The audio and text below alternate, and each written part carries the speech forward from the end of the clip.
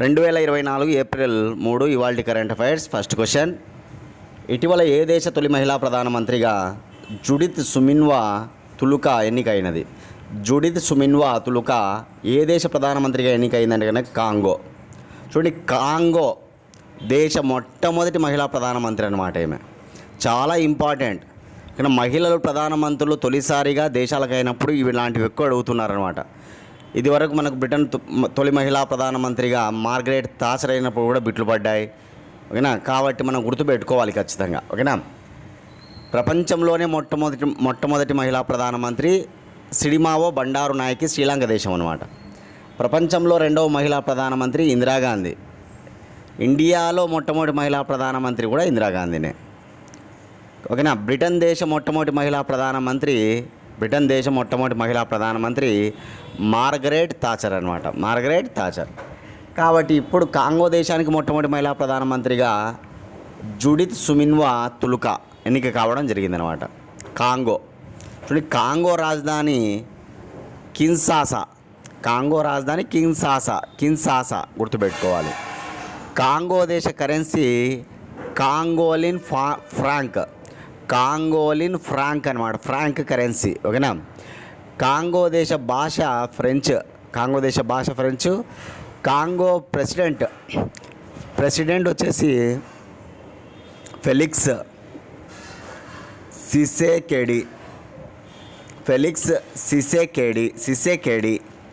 సిసెకేడి.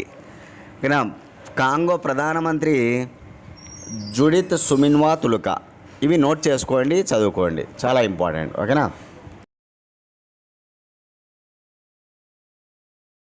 అధ్యక్షుడిగా ఎవరు నియమితులయ్యారు? అసోచామ్ నూతన అధ్యక్షుడిగా నియమితులైన వారు సంజయ్ నాయర్. మనం ఇమేలో చూడొచ్చు సంజయ్ నాయర్ గారిని.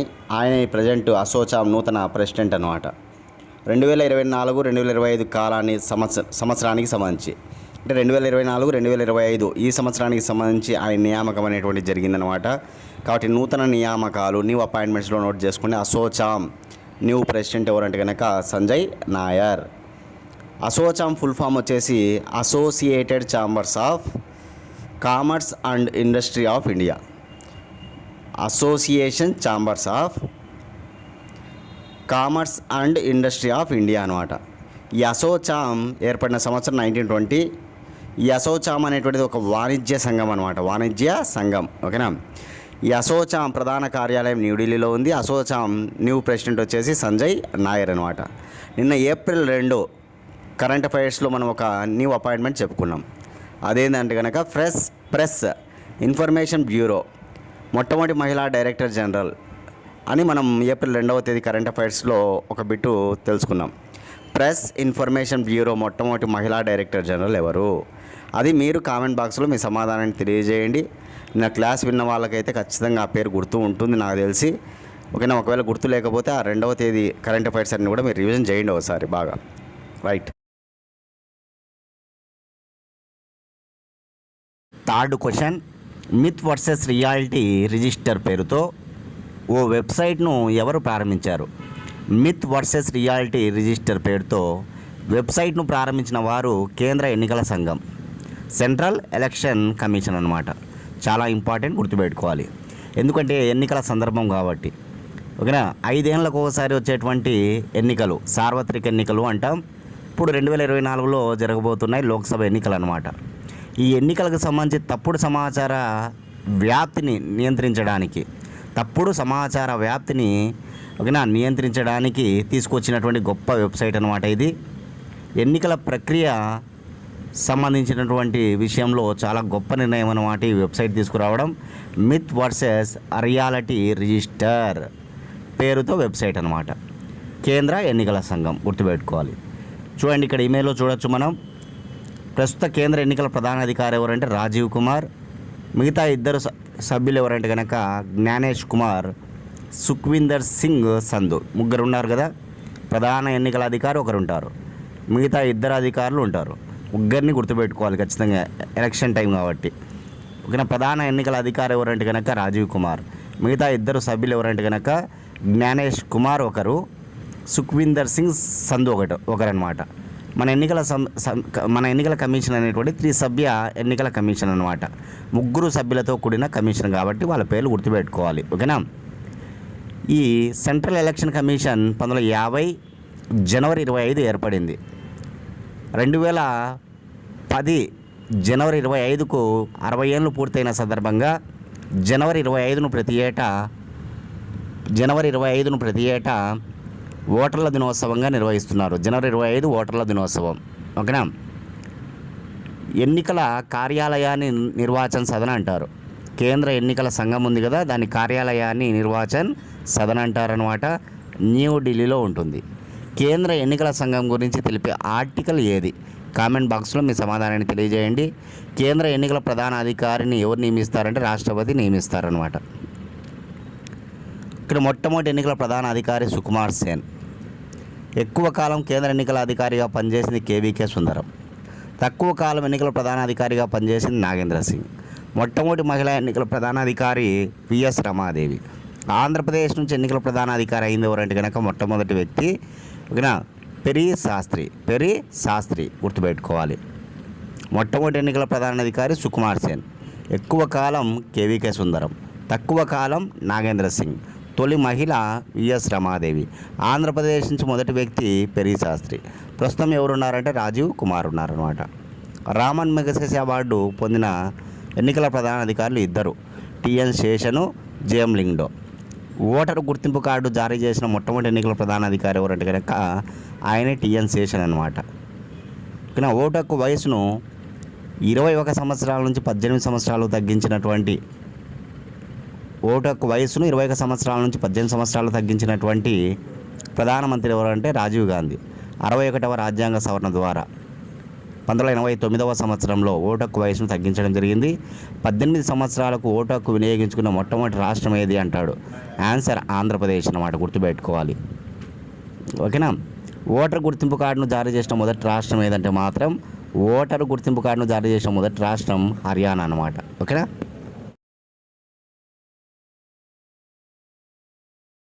ఫోర్త్ క్వశ్చన్, కేరళ తర్వాత వేసవి కాలంలో పాఠశాలల్లో వాటర్ బెల్లును ప్రారంభించిన రాష్ట్రం ఏది? చూడండి, కేరళ రాష్ట్రంలో దేశంలోనే మొట్టమొదటిసారిగా వేసవి కాలంలో పాఠశాలలో వాటర్ బెల్లును స్టార్ట్ చేయడం జరిగింది. ఎండల తీవ్రత మరింత ఎక్కువ అయినందున ఓకేనా 2024లో ఎండల తీవ్రత మరింత ఎక్కువ అయినందున ఈ కేరళ రాష్ట్రంలో మొట్టమొదటిసారిగా దేశంలోనే పాఠశాలల్లో వాటర్ బెల్లును స్టార్ట్ చేశారనమాట. అంటే ఖచ్చితంగా విద్యార్థులు ఆ బెల్లు కొట్టిన వెంటనే నీరు తాగవలసి ఉంటుందన్నమాట. కాబట్టి ఆంధ్రప్రదేశ్లో కూడా ఈ వాటర్ బెల్లును కేరళ తర్వాత తీసుకొచ్చారనమాట పాఠశాలల్లో. ఈ క్రమంలో భాగంగా మార్నింగ్ స్కూల్ కాబట్టి రోజుకు 3 సార్లు వాటర్ బెల్ అనేటువంటిది ఉందన్నమాట. 8:45కి ఒక వాటర్ బెల్లు, 10:50కి ఒక వాటర్ బెల్లు, 11:50 11:50కి ఒక వాటర్ బెల్లు. ఇలా రోజులో 3 సార్లు ఈ వాటర్ బెల్ అనేటువంటిది ఓకేనా కొట్టడం జరుగుతుంది. దాంతో ఓకేనా ఆ సమయంలో ఖచ్చితంగా విద్యార్థులు నీరు తాగవలసి ఉంటుందన్నమాట. ఎండల తీవ్రత మరింత ఎక్కువ కావడం జరిగింది. ఆ విద్యార్థులకు ఓకేనా అంత అవగాహన ఉండదన్నమాట. మన బాడీలో వాటర్ కంటెంట్ పోతే కనుక చాలా ఇబ్బందులు అవుతాయి అన్నమాట. ఓకేనా మన బాడీలో వాటర్ కంటెంట్ పోవడం వల్ల రీహైడ్రేషన్ చెందుతాం. కానీ ఖచ్చితంగా దాన్ని ఏం చేయాలంటే డీహైడ్రేషన్ చెందాలన్నమాట. కాబట్టి దాన్ని భర్తీ చేసేందుకు తీసుకొచ్చిందనమాట కేరళ రాష్ట్రం తర్వాత ఆంధ్రప్రదేశ్. ఈ టైమ్స్ కూడా గుర్తుపెట్టుకోవాలి మనం. 8:45 అనమాట. 8:45 తర్వాత 10:50కి ఒకసారి, 11:50కి ఒకసారి, ఇలా 3 సార్లు అనమాట వాటర్ బెల్లు గుర్తుపెట్టుకోవాలి. ఫస్ట్ అయితే కేరళ రాష్ట్రం, సెకండ్ అయితే ఆంధ్రప్రదేశ్. ఓకేనా, రైట్.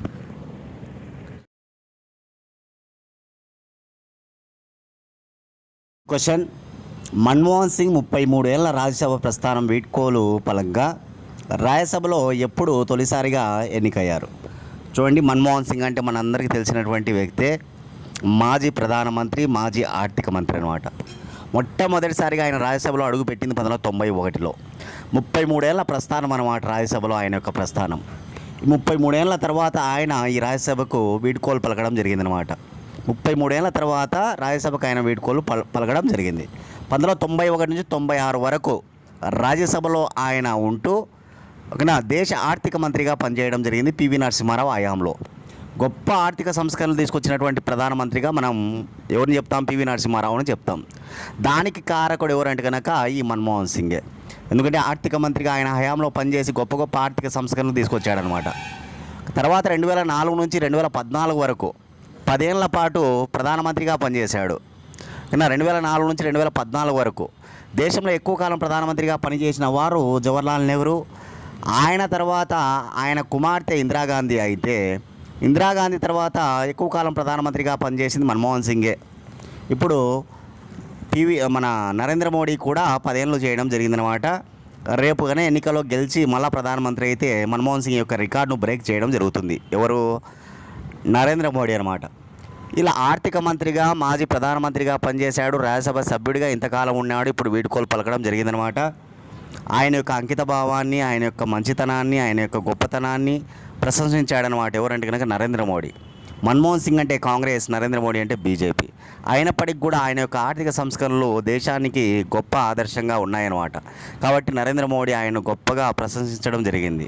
ఆయన ఓకేనా ఓటింగ్ చేయడానికి ఏకంగా రాజ్యసభకు వీల్ చైర్లో రావడం జరిగింది అనమాట Manmohan Singh.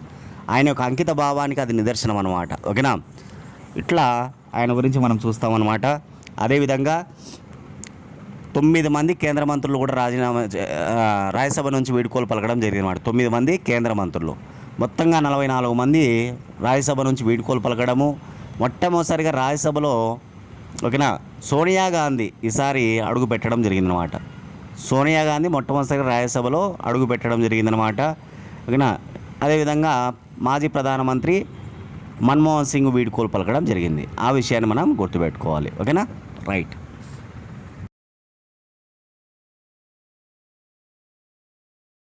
6th question.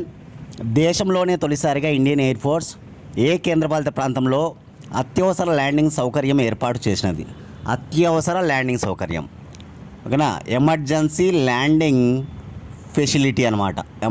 Emergency landing facility ఎవరు? ఇండియన్ ఎయిర్ ఫోర్స్ వాళ్ళు ఓకేనా ఏర్పాటు చేయడం జరిగింది ఒక కేంద్రపాలిత ప్రాంతంలో మొదటిసారిగా. అది ఏ కేంద్రపాలిత ప్రాంతంలో అంటే జమ్మూ కాశ్మీర్ అనమాట. దీనికి సంబంధించిన సమాచారం మనం ఒకసారి చూస్తే ఓకేనా, ఎమర్జెన్సీ ల్యాండింగ్ స్ట్రిప్స్ అనమాట. ఇప్పుడు మనకు ఇండియాకు చైనాతో మరియు పాకిస్తాన్తో ఒక యుద్ధ వాతావరణమే చెప్పాలంటే. ఈ క్రమంలో భాగంగా ఖచ్చితంగా మన యొక్క యుద్ధ విమానాలు అత్యవసరంగా ల్యాండింగ్ కావాల్సి ఉంటాయన్నమాట. దానికోసం అని చెప్పేసి ఇవి ఉపయోగపడతాయి అన్నమాట. ఈ జమ్మూ కాశ్మీర్లో జమ్మూ టు శ్రీనగర్ హైవే పైన జమ్మూ కాశ్మీర్ కేంద్రపాలిత ప్రాంతంలో అత్యవసర ల్యాండింగ్ సౌకర్యాన్ని ఏర్పాటు చేయడం జరిగిందనమాట. 3.5 కిలోమీటర్ల మేర ఉన్నటువంటి సౌకర్యం అనమాట ఇది. దీనికి సంబంధించిన ట్రయల్స్ నిర్వహించారు. ఇక్కడ ఈ ట్రయల్స్లో భాగంగా అమెరికాకు చెందినటువంటి చినూక్, రష్యాకు చెందినటువంటి MI-17, అదేవిధంగా ఇండియాకు చెందినటువంటి లైట్ కాంపాక్ట్ వెహికల్స్ అనమాట. ఇవన్నీ కూడా ఇక్కడ ట్రయల్స్ నిర్వహించాయి. ఆ ట్రయల్స్ విజయవంతం కావడం జరిగింది, గుర్తుపెట్టుకోవాలి. జమ్మూ కాశ్మీర్లో వాన్పో సంగం అనే ఒక ప్రాంతం ఉంటుందన్నమాట. లైన్ ఆఫ్ కంట్రోల్ దగ్గర. లైన్ ఆఫ్ కంట్రోల్ మన దేశానికి పాకిస్తాన్కి మధ్య అత్యంత వివాదాస్పదమైన రేఖ అనమాట. దీన్ని నియంత్రణ రేఖ అని కూడా అంటారన్నమాట. ఈ లైన్ ఆఫ్ కంట్రోల్ దగ్గర ఉన్నటువంటి వాన్పో సంగం వద్ద ఉందన్నమాట. 3.5 కిలోమీటర్ల మేర Jammu to Srinagar national highway పైన ఉందన్నమాట, గుర్తుపెట్టుకోవాలి. దేశంలోనే మొట్టమొదటి కేంద్రపాలిత ప్రాంతంగా రికార్డు అనమాట. ఇదివరకు రాష్ట్రాల్లో ఉన్నాయి. ఉత్తరప్రదేశ్, రాజస్థాన్, ఆంధ్రప్రదేశ్లో కూడా ఈ అత్యవసర ల్యాండింగ్స్ ఫెసిలిటీ అనేటువంటిది ఉందన్నమాట. అత్యవసర ల్యాండింగ్ స్ట్రిప్స్ అనేటువంటివి ఉన్నాయి. ఆంధ్రప్రదేశ్లో అయితే 2024 మార్చి 18వ తారీఖున ఇటీవలనే బాపట్లలోని అద్దంకిలో 2024 మార్చి 18వ తారీఖున బాపట్లలోని అద్దంకిలో ఎమర్జెన్సీ ల్యాండింగ్ స్ట్రిప్ అనేటువంటిది ఏర్పాటు చేయడం జరిగిందన్నమాట. నేషనల్ హైవే 16 పైన ఉంటుంది. ఇది నేషనల్ హైవే 16 పైన ఉంటుందన్నమాట. ఇలా ఆంధ్రప్రదేశ్తో పాటు రాజస్థాన్, ఉత్తరప్రదేశ్ రాష్ట్రాల్లో కూడా ఈ ఎమర్జెన్సీ ల్యాండింగ్ స్ట్రిప్స్ అనేటువంటివి ఉన్నాయన్నమాట. కేంద్రపాలిత ప్రాంతంలో అయితే మొదటిసారి జమ్మూ కాశ్మీర్లో ఫస్ట్ టైం అన్నమాట, గుర్తుపెట్టుకోవాలి. సూపర్లేటివ్ టాపిక్స్లో నోట్ చేసుకోవచ్చు ఇవి, మొట్టమొదటి అనే అంశంతో నిలిచినప్పుడు. కాబట్టి ఇండియన్ ఎయిర్ ఫోర్స్ అంశం అనమాట, ఇది మన రక్షణకు సంబంధించినటువంటి అంశం అనమాట. ఇండియన్ ఆర్మీ చీఫ్ వచ్చేసి Manoj Pande, Indian navy chief వచ్చేసి Harikumar, Indian air force chief marshal వచ్చేసి వివేక్ రామ్ చౌదరి అనమాట, గుర్తుపెట్టుకోవాలి. Indian army, Indian navy, Indian air force, ఈ మూడింటిని త్రివిధ దళాలు అంటారు. త్రివిధ దళాల అధిపతిగా ఎవరు ఉంటారంటే రాష్ట్రపతి, ప్రెసిడెంట్ ఉంటారనమాట త్రివిధ దళాలకు అధిపతిగా. ఓకేనా.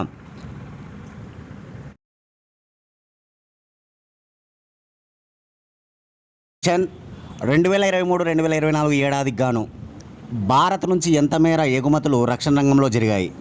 చూడండి, రక్షణ రంగానికి సంబంధించి మన భారతదేశం ఎగుమతులు అనమాట. 2023-2024 సంవత్సరానికి గాను ఎంత మేర జరిగాయి ఎగుమతులు, ఎక్స్పోర్ట్స్ అంటే కనుక 21,083 కోట్లు అనమాట. 21,083 కోట్ల మేర రక్షణ రంగ ఓకేనా ఎగుమతులు అనేటువంటివి మన దేశం నుంచి ఇతర దేశాలకు జరిగాయి అనమాట. ఇందులో అత్యధికంగా మనం చూస్తే కనుక ఏ దేశాలు ఉన్నాయంటే కనుక Egypt, Ethiopia, Italy, Bhutan, United Arab Emirates, Saudi Arabia దేశాలకు ఎక్కువగా మనం ఎగుమతులు చేయడం జరిగిందనమాట. Egypt, Ethiopia, Italy, Bhutan, United Arab Emirates, అదేవిధంగా సౌదీ అరేబియాలకు ఎక్కువగా మనం ఈ రక్షణ రంగానికి సంబంధించినటువంటి వాటిని ఎగుమతులు చేయడం జరిగిందనమాట. చూడండి, ఇమేజ్లో చూడొచ్చు, మనం ఎగుమతులు చేస్తున్నాం అంటే మన దేశం నుంచి వెళుతున్నాయని అర్థం. ఎగుమతులు అంటే వెళ్తున్నట్టు, దిగుమతులు అంటే మనం చేసుకుంటున్నట్టు. ఓకేనా. మన దేశం ఇతర దేశాల నుంచి కొన్ని రక్షణ రంగం ఉత్పత్తులు మనం దిగుమతి చేసుకుంటూ ఉండొచ్చు, కానీ మనం రోజు గణనీయంగా మనం ఎగుమతులు కూడా చేస్తూ ఉన్నాం అన్నమాట. ఓకేనా, గుర్తుపెట్టుకోవాలి. 2022-2023 ఏడాదిలో అయితే కనుక మనం 15,918 కోట్లు, 15,918 కోట్ల ఎగుమతులు జరిగాయన్నమాట. అదే 2023-2024కు గణనీయంగా పెరిగింది. అదెంత అంటే కనుక 21,083 కోట్లు అనే విషయాన్ని మనం గుర్తుపెట్టుకోవాలి. అంటే ఒక్క సంవత్సరంలోనే ఎంత తేడా ఉందో మనం గమనించుకోవాలి. 2022-2023 ఏడాది నోట్ చేసుకుంటే మీరు 15,918 కోట్లు, 2023-2024 ఏడాది నోట్ చేసుకుంటే మీరు 21,083 కోట్లు అనమాట. ఈ విషయాన్ని ఖచ్చితంగా గుర్తుపెట్టుకోవాలి. డిఫెన్స్కు సంబంధించి మన ఎగుమతి స్థాయి రోజు రోజుకు పెరిగిపోతుంది అనమాట. రక్షణ రంగం అనగానే మనకు డిఆర్డిఓ మన దేశంలో చాలా గొప్పదనే విషయం మనందరికీ తెలుసు. డిఫెన్స్ రీసెర్చ్ డెవలప్మెంట్ ఆర్గనైజేషన్ అనమాట. డిఆర్డిఓకు సంబంధించి అత్యంత గొప్ప సంస్థ భారత్ డైనమిక్స్. ఓకేనా, భారత్ డైనమిక్స్ లిమిటెడ్ అనమాట. అత్యధిక టర్నోవరు ఈ సంస్థదే అనమాట. డిఆర్డిఓలో అత్యధిక ఎగుమతుల టర్నోవర్ ఏ సంస్థ అంటే కనుక ఈ భారత్ డైనమిక్స్ లిమిటెడ్దే దాదాపు 2,000 కోట్ల పైగా ఉంటుందన్నమాట, గుర్తుపెట్టుకోవాలి. ఓకేనా. ఇటీవల మనం చూస్తే ఆకాశ్ అనేటువంటి క్షిపణిని ఆర్మేనియా దేశానికి ఎగుమతి చేయడం చూసాం. అదేవిధంగా రష్యా మరియు భారతదేశం కలిసి తయారు చేసినటువంటి బ్రహ్మోస్, ఈ బ్రహ్మోస్ క్షిపణిని మన భారతదేశం ఏ దేశానికి ఎగుమతి చేయడం జరిగిందంటే కనుక ఇటీవల ఓకేనా బాగా ఇంపార్టెంట్ గుర్తుపెట్టుకోవాలి, ఫిలిప్పీన్స్ దేశానికి అనమాట. ఆకాశ్ మిస్సైల్ అయితే కనుక ఆర్మేనియా, బ్రహ్మోస్ అయితే కనుక ఫిలిప్పీన్స్ దేశానికి మనం ఓకేనా పంపించడం జరిగిందనమాట. చాలా చాలా ఇంపార్టెంట్ ఇటువంటి విషయాలన్నీ గుర్తుపెట్టుకోవాలి. డిఆర్డిఓ ప్రస్తుత చైర్మన్ ఎవరు?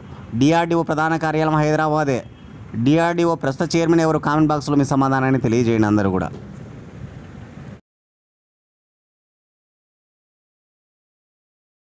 8th క్వశ్చన్, నాగి ఫౌండేషన్ వ్యవస్థాపకురాలు రూబుల్ నాగి ఎక్కడ ఇండియా సెల్ఫీ పాయింట్ ప్రారంభించింది? చూడండి, ఇండియా సెల్ఫీ పాయింట్ అనమాట. ఇమేలో చూడొచ్చు ఆ selfie point, India selfie point అనేటువంటిది.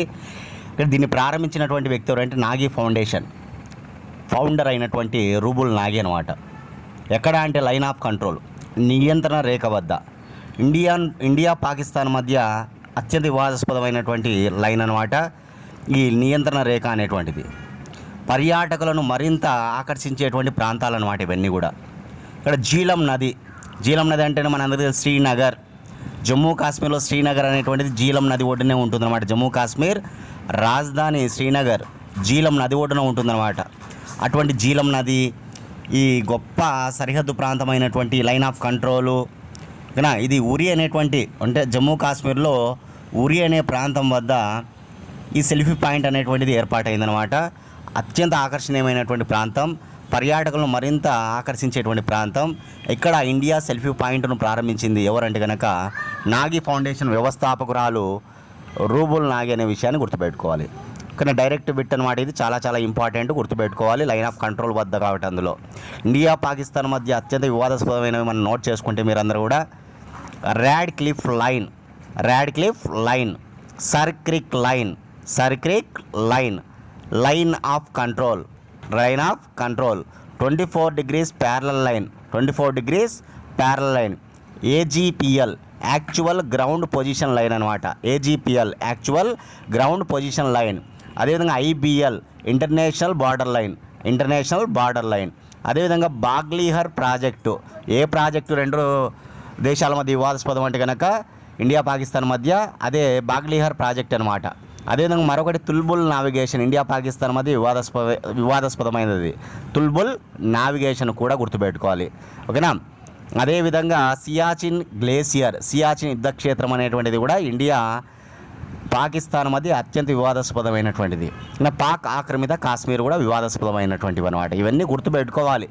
కానీ ఇండియా పాకిస్తాన్ మధ్య అత్యంత వివాదాస్పదంగా ఉన్నటువంటివన్నీ కూడా ఇవన్నీ ఇప్పుడు మనం చెప్పుకున్నవన్నీ కూడా Radcliffe line, Sir Creek line, 24 degrees parallel line, AGPL, IBL, LOC line of control నియంత్రణ రేఖ అంటున్నా కదా అది. ఓకేనా. తుల్బుల్ నావిగేషను, బాగ్లీహర్ ప్రాజెక్టు, సియాచిన్ గ్లేసియరు, పాక్ ఆక్రమిత కాశ్మీరు, ఇవన్నీ కూడా వివాదాస్పదంగా ఉన్నాయి. ఓకే, నోట్ చేసుకొని చదువుకోండి బాగా.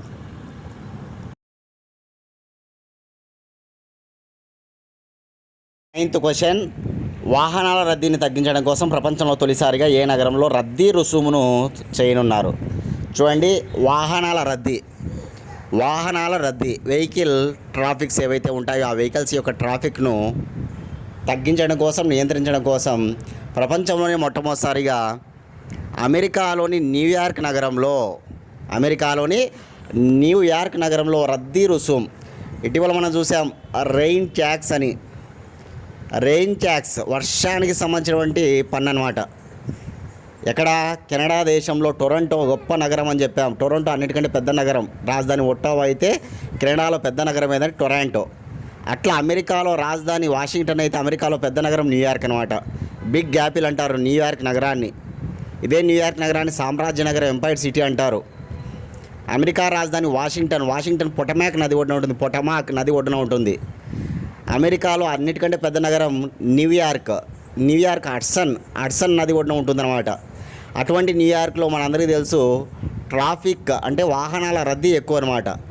ఆ రద్దీని తగ్గించాలంటే ఖచ్చితంగా అక్కడ కాస్త అమౌంట్ అంటే రుసుము అంటే ట్యాక్స్ లాగా ఒక కొద్దిగా డబ్బు కలెక్ట్ చేస్తే కనుక అది ఖచ్చితంగా ఆ రద్దీ అనేటువంటి తగ్గే అవకాశం ఉంటుంది అనమాట. అందువల్ల ప్రపంచంలోనే మొట్టమొదటిసారిగా వాహనాల రద్దీని తగ్గించడం కోసం ఏ నగరంలో రద్దీ రుసుమును వేయనున్నారంటే కనుక అది న్యూయార్క్ నగరం అని గుర్తుపెట్టుకోవాలి. అట్లా కొత్త ట్యాక్సులు విధించినప్పుడు, ప్రపంచంలో మొట్టమొదటిసారిగా విధించినప్పుడు వాటిని మనం మైండ్లో పెట్టుకుంటూ రావాలి. ఓకేనా. ఇంటర్నేషనల్ లెవెల్లో కరెంట్ అఫైర్స్ ఉంటాయన్నమాట. ఇంటర్నేషనల్ కరెంట్ అఫైర్స్లో మనకి ఇట్లాంటి క్వశ్చన్స్ అడుగుతారనమాట. ఎవరైతే క్లాస్ ఫాలో అవుతున్నారో దయచేసి మీరందరూ కూడా లైక్ చేయండి. ఇంకా ఎవరైనా సబ్స్క్రైబ్ చేసుకోకపోతే సబ్స్క్రైబ్ చేసుకోండి. మన ఛానల్ను కనీసం మీ ఫ్రెండ్స్ ఎవరైనా ఉంటే ముగ్గురికి షేర్ చేయండి. మీరు కనుక మనకు సపోర్ట్ బాగా చేస్తే కనుక రోజు మరిన్ని క్లాసులు చేస్తాం. ఓకేనా. ఓన్లీ కరెంట్ అఫైర్సే కాకుండా జిఎస్కు సంబంధించినటువంటి ఓకేనా విషయాల్లో కూడా మనం క్లాసులు చేయడానికి సిద్ధమయ్యామన్నమాట. కాబట్టి మీరు అందరూ కూడా మాకు సపోర్ట్ చేయండి. దయచేసి అందరూ లైక్ చేయండి, ప్రతి ఒక్కరు లైక్ చేయండి ప్లీజ్. ఓకేనా. రైట్.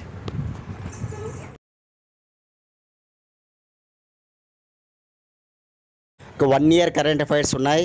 కావాలనుకున్న వాళ్ళు 8186006848 అనే నెంబర్కి 100 రూపీస్ ఫోన్పే చేసి అదే నెంబర్కి స్క్రీన్షాట్ పెడితే 24 గంటల లోపల పీడిఎఫ్ ఫైల్ పంపించబడుతుంది. మీరు ఏ స్టేట్ అయినా సరే, అంటే ఆంధ్రప్రదేశ్ అయినా తెలంగాణ అయినా సెంట్రల్ గవర్నమెంట్ ఎగ్జామ్స్కు ప్రిపేర్ అవుతూ ఉన్నా వేటికైనా కరెంట్ అఫైర్స్ అనేటువంటి మెయిన్ రోల్ పోషిస్తాయి. ఈ కరెంట్ అఫైర్స్ వల్ల మనకి కొత్త విషయాలన్నీ కూడా తెలుస్తూ ఉంటాయన్నమాట.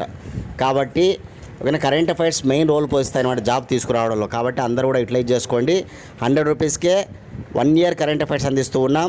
మళ్ళీ ఎవ్రీ మంత్ కూడా మేము కరెంట్ అఫైర్స్ మీకు అందించడం జరుగుతుందన్నమాట. మీరు వాటిని కూడా కొనుగోలు చేసుకోవచ్చు. ఓకేనా. సరే, లాస్ట్ క్వశ్చన్ చూద్దాం. బొహాంగ్ బిహు లేదా దీన్ని రంగోలీ బిహు ఫెస్టివల్ అంటారు. దీన్ని ఏ రాష్ట్రంలో ప్రదర్శిస్తారంటే కనుక అస్సాం. బొహాంగ్ బిహు లేదా రొంగలి బిహు ఫెస్టివల్ను ఏ రాష్ట్రంలో జరుపుతారంటే కనుక అస్సాం అని గుర్తుంచుకోవాలి. చూడండి, అస్సాం రాష్ట్రంలో ప్రదర్శించే అత్యంత అద్భుతమైనటువంటి నృత్యాల్లో బిహు నృత్యం ఒకటి. ఎగ్జాముల్లో ప్రతి కాంపిటేటివ్ ఎగ్జామ్లో అడిగినది బిహు నృత్యం ఏ రాష్ట్రంలో ప్రదర్శిస్తారు అని. అస్సాం అనమాట. ఈశాన్య రాష్ట్రాల్లో అన్నిటికంటే పెద్ద రాష్ట్రం, అది వైశాల్యంలో కావచ్చు, జనాభాలో కావచ్చు, అతిపెద్ద రాష్ట్రం అస్సామే అనమాట. అస్సాం రాష్ట్రంతో ఏకంగా 7 రాష్ట్రాలు సరిహద్దు పంచుకుంటాయన్నమాట. ఈశాన్య రాష్ట్రాలు అయినటువంటి మణిపూరు, మేఘాలయ, మిజోరాం, ఓకేనా, అరుణాచల్ ప్రదేశ్, నాగాల్యాండ్, త్రిపుర, వెస్ట్ బెంగాల్ అనమాట, గుర్తుపెట్టుకోవాలి. ఓకేనా, ఇట్లా 7 రాష్ట్రాలతో సరిహద్దు పంచుకుంటుంది అనమాట అస్సాం అనేటువంటిది. అస్సాం రాష్ట్రంలో అతిపెద్ద నది, ప్రముఖమైన నది ఏదంటే కనుక బ్రహ్మపుత్ర నది. అస్సాం దుఃఖదాయిని అంటారన్నమాట బ్రహ్మపుత్ర నదిని. అటువంటి అస్సాంలో జరిపేటువంటి గొప్ప ఫెస్టివల్ ఏదంటే కనుక ఈ బిహు ఫెస్టివల్. ఈ బిహు ఫెస్టివల్లో భాగంగా జరిపేటువంటి డ్యాన్స్ ఏదంటే కనుక బిహు డ్యాన్స్ అనమాట, బిహు నృత్యం గుర్తుంచుకోవాలి. మన దేశంలో సాంప్రదాయ నృత్యాలు ఓకేనా ఉన్నాయన్నమాట. తమిళనాడు సాంప్రదాయ నృత్యం భరతనాట్యం, ఆంధ్రప్రదేశ్ సాంప్రదాయ నృత్యం కూచిపూడి, కేరళ రాష్ట్ర సాంప్రదాయ నృత్యం కథాకళి, ఉత్తరప్రదేశ్ రాష్ట్ర సాంప్రదాయ నృత్యం కథక్, మణిపూర్ రాష్ట్ర సాంప్రదాయ నృత్యం మణిపూరి, ఒడిస్సా రాష్ట్ర సాంప్రదాయ నృత్యం ఒడిస్సీ. ఓకేనా, ఇట్లా సాంప్రదాయ నృత్యాలతో పాటు గిరిజన నృత్యాలు కూడా ఉంటాయి. అందులో ఓకేనా డ్యాన్స్ అనమాట, ఫోక్ డ్యాన్స్ అనమాట ఇది. ఓకేనా, అదేదంటే కనుక బిహు డ్యాన్స్ అనమాట, గుర్తుపెట్టుకోవాలి. పోయిన ఏడాది గిన్నీస్ బుక్ రికార్డులో కూడా చోటు సంపాదించింది బిహు డ్యాన్స్ అనమాట. నిన్నటి క్లాస్లో మనం చెప్పుకున్నాం, తెలుగు రాష్ట్రాల్లో ఉన్నటువంటి ఒక ప్రాచీనమైన నృత్యం, యోధుల నృత్యంగా కీర్తించబడ్డ నృత్యం అదే పేరిణి నృత్యం. న్యూయార్క్ టైమ్స్ స్క్వేర్లో ప్రదర్శించబడింది అని. న్యూయార్క్ టైమ్స్ స్క్వేర్లో ప్రదర్శించబడింది పేరిణి నృత్యం అని చెప్పుకున్నాం. ఇటీవల యునెస్కో లిస్టులో చేరినటువంటి నృత్యం గుజరాత్లో ప్రదర్శించేటువంటి గార్బా నృత్యం, అది గుర్తుపెట్టుకోవాలి. ఇట్లా డ్యాన్సులు అనేటువంటివి ఉంటాయి. ఇప్పుడు కేరళ రాష్ట్రంలో మోహిని అట్టం ఉంటుందన్నమాట. ఇది మోహిని అట్టం అనేటువంటి సోలో డ్యాన్స్ అనమాట. మహిళలు మాత్రమే ప్రదర్శిస్తారనమాట. ఇప్పటి నుంచి మహిళలు మాత్రమే కాకుండా పురుషులకు కూడా ప్రదర్శించే విధంగా నిర్ణయం తీసుకోవడం జరిగిందనమాట. ఏ డ్యాన్సు? మోహిని అట్టం అనమాట. ఇట్లా డ్యాన్సుల పైన కరెంట్ అఫైర్స్లో బిట్లు పడుతూ ఉంటాయన్నమాట. ఓకేనా, కాబట్టి బాగా నేర్చుకోవాలి. ఇవి ఇవాల్టి కరెంట్ అఫైర్స్. రేపటి క్లాస్లో మళ్ళీ కలుసుకుందాం ఫ్రెండ్స్. థ్యాంక్స్. ఉంటా.